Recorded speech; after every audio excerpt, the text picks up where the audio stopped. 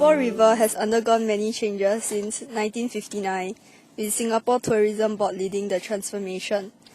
The area has transformed from an once busy trading port to a modern cityscape that is being used as a symbolic area to signify and represent the modernity of Singapore.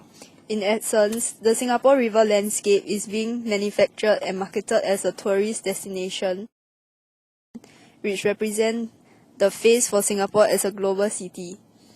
In our presentation, we are defining culture as lifestyle practices, customs, and way of doing things, live culture, artifacts and creative expression known as material culture.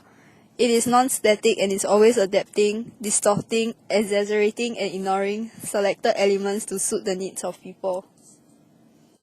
Our stand is that modernization has led to a reduction of rich cultural practices along the Singapore River, but these cultural practices hasn't been completely eradicated as there are still some elements of culture present in the area. But even so, the preservation of these cultural elements are commodified and marketed by the tourist board to attract visitors to Singapore. Hence, we agree with the hypothesis that the rich cultural practices are reduced to mere economic function and value. In our presentation, we have based our argument along three observations along the Singapore River. The first being that there is a reduction of rich cultural practice. The second, that there is the retention of traditional buildings in a pocket of modern landscape. And third, being our counter-argument that there is a deliberate public and private efforts in midst of the dilution of the Singapore River culture amidst globalization. The first point that I'll be speaking on would be the reduction of the rich cultural practice along the Singapore River. Firstly, the transformation of the Singapore River landscape and the economic practices within it have evidently changed and influenced the culture of the place. These changes are reflected by the reduction of traditional activities like the presence of bumboats and vibrant trade along the river. As seen from the video, you can witness coolies unloading sacks of rice to be stored at the warehouses, and the sight of the congested river only goes to show how vibrant trade is along the Singapore River in the earlier days. However, at present, we no longer witness these scenes along the river, and instead it has been transformed from a trading port to a commercial and residential belt along Robinson Quay, and a vibrant entertainment zone along Clarke Quay and Boat Quay. We will now take you down a trip along the Singapore River. We shall begin with Robinson Quay. Robinson Quay is situated along the north bank of the river. The north bank of the river was once reserved for the colonial government buildings. Today, one huge difference will be the sightings of apartments. It is a residential cum commercial belt that is home to many casual eateries and charming wine bars. This shows that the landscape along Robinson Quay has changed as well, from that of colonial administrative buildings to a residential and commercial area. There are no signs of early days of trade, and the only reminder could be a single bumboat plying the river quietly. The impetus of change can be attributed to economic value and function again, as this residential and commercial area will bring money in for Singapore on the whole. We can see how economic value and function takes precedence over cultural practices as seen from the spotting of the Tan Si Chong Su Temple along the north bank of the river. This temple was originally located on the banks of the Singapore River and is now relocated to the fringes of the river. We argue that even though the temple was restored and that its architecture reflects typical features of Southern Chinese style, the mere shifting of the temple to a more deserted location suggests that the temple is not of greater economic importance of the government to let it stay on the bank of the river. We also argue that the spotting of such a traditional temple in the modern landscape of the Singapore River would be a sore time, which may run contrary to the Tourism Board aim of promoting Singapore as a modern global city hub. The temple only serves as a mere reminder of the cultural practices of Singaporeans. But since it does not represent economic value and function, it is being relegated. Now we are moving on to Clarke Quay. Clarke Quay was at one time a major loading and unloading redistribution point for cargo. It is now a dining and clubbing hotspot where the hip crowd gathers to lounge, mingle and dance. This once again shows that culture is being relegated in the backdrop to make way for tourism. This is despite the restoration programs where 5 blocks of shophouses and go-downs were restored. We argue that the restoration program only serves to make the building more modern with a retention of a slight tinge of culture, so that it will not be out of space in the greater modern landscape. The main purpose of the restoration is not so much to preserve our culture, but more to attract tourists with a unique blend of old and new architecture in the landscape of Singapore. This once again serves the economic value and function that the entertainment nightlife can bring. Our next observation is the retention of traditional buildings in the pockets of the modern landscape of Singapore River. The modern city landscape of the Singapore River also show spots of certain cultural traditional buildings. The presence of the traditional buildings that remain inserted within the modern landscape suggests efforts to promote our culture and the symbolic architecture through tourism.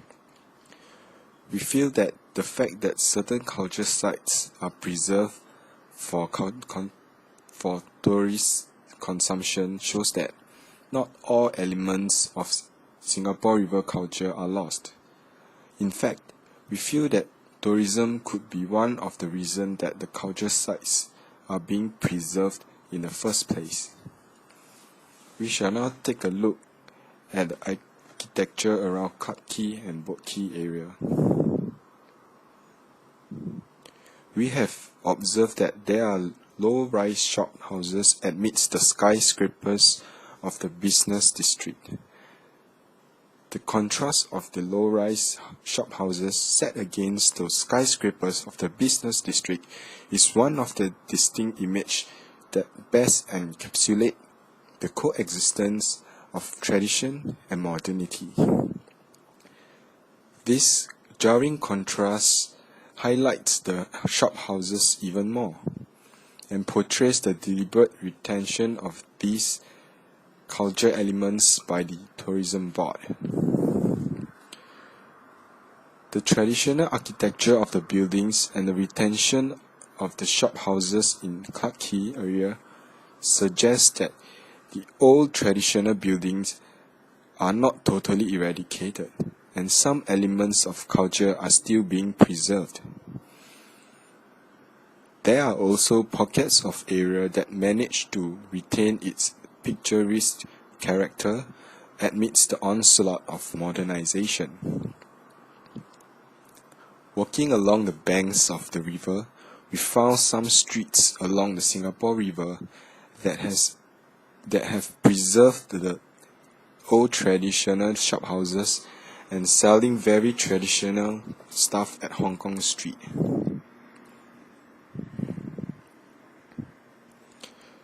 Here you can still observe the wholesaler of traditional Chinese medicine products carrying on their businesses in much the same way as their forefathers. Even the architecture of the place spots of traditional elements as seen from the layout, where sacks of boxes and spices were laid out at the entrance of the shops. There are a wide range of traditional Chinese medicine sold in bulk, like the traditional wholesaler practices. Also, there are rice and sugars sold in sacks that much resemble the traditional shops.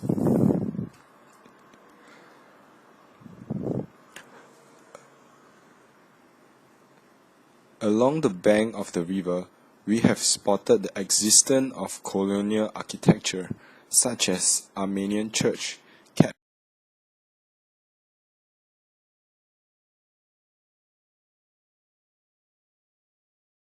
Cadwell House, and Maxwell House. The retention of these colonial structures serves as a portal to remind the locals and foreigners of our rich colonial cultural heritage.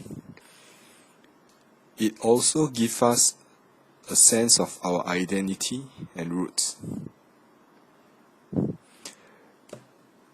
The presence of the traditional buildings and the traditional business practice within it have proved that the rich culture of Singapore River have not been eradicated, and the fact that it had withstood the test of time and remained strongly etched in the modern landscape suggests that in fact the rich Singapore River culture practice still will continue to be preserved. However, we argue that despite this retention of culture, the main impetus is still that of economic value and function. For example, the retention of colonial architecture does not just serve as a source of providing a rich heritage of history of Singapore.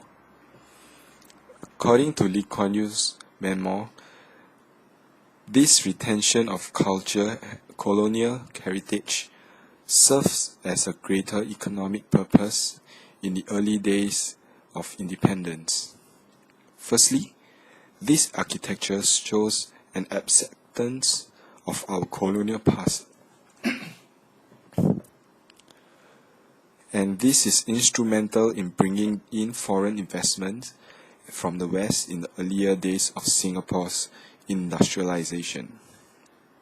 In fact, it has been recommended by Albert Wismers, the economic planner of Singapore, to leave these structures in place to put Singapore in a favorable light of the West.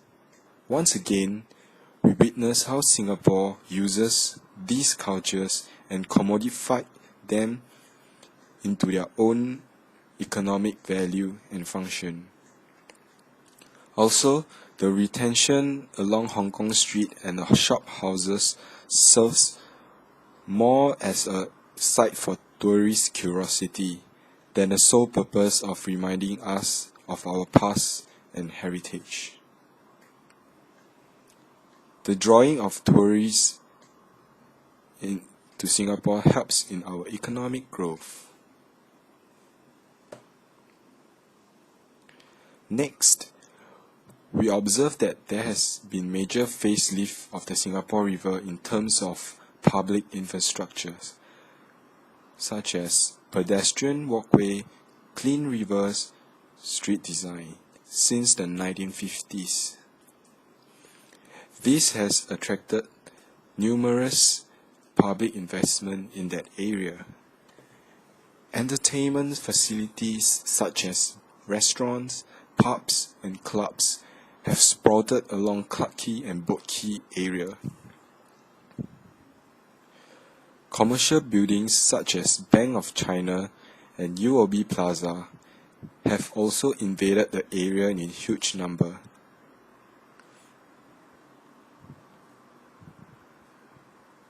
There goes to show that Singapore is given a financial and commercial hub outlook, showing the importance of the government places on economic value and function in the main centre of Singapore.